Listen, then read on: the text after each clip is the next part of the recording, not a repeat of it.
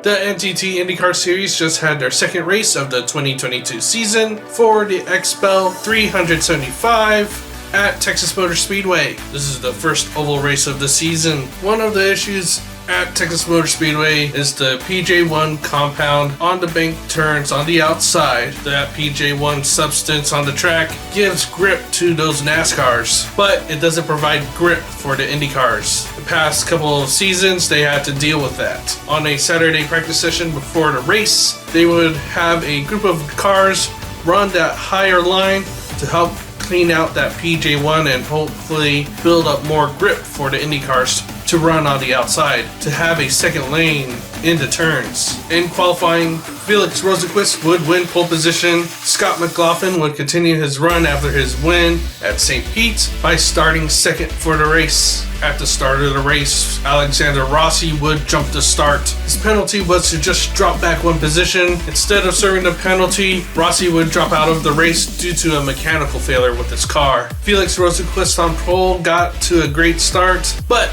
he would be passed by Scott McLaughlin on lap 2. The racing early on was clean throughout. There will be some issues with some drivers on pit road, and then until lap 114, Kyle Kirkwood would drive the high line on turns 3 and 4, but would end up spinning out and crashing. After the cleanup of that accident, the race restarted on lap 129, and then there will be another big crash involving 3 drivers. Delvin DeFrancesco would go for a gutsy move to pass 2 cars at once, but he would hit the apron below that white line and spin into Graham Rahal and Elio Castroneves, taking them and himself out of the race. Scott McLaughlin would dominate the majority of this race. Then nearing the end of the race, the leaders had to save fuel in order to make it till the end. And then with the final laps, we see Joseph Newgarden managed to stay behind Scott McLaughlin. Then on the last lap, Joseph Newgarden was closing in on Scott McLaughlin. As he was approaching lap traffic, Newgarden would take the high line of turns 3 and 4 to pass Scott McLaughlin and managed to stay in the lead until the finish line to get the win.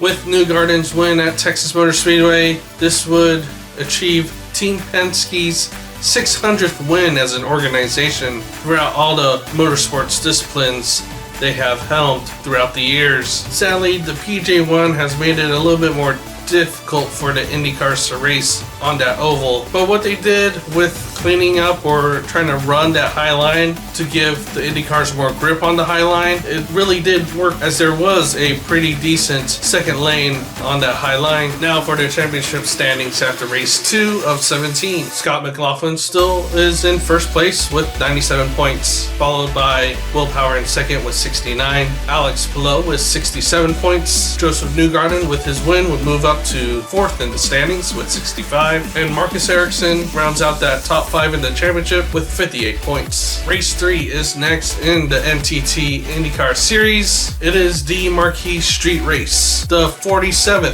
Acura Grand Prix of Long Beach, which will be held the weekend of April 10th. Live coverage of the race will be on Sunday, April 10th at 3 p.m. Eastern Time, 12 p.m. Pacific Time on your local NBC affiliate. Live coverage of practice, qualifying, as well as the race can also be seen on the Peacock TV streaming service. The Acura Grand Prix of Long Beach is one of my favorite races to watch every year. Thank you for watching this IndyCar Series recap of the XPEL 375 at Texas Motor Speedway. Please check out all my variety of videos on the Spellgo YouTube channel, and as always, thank you for watching.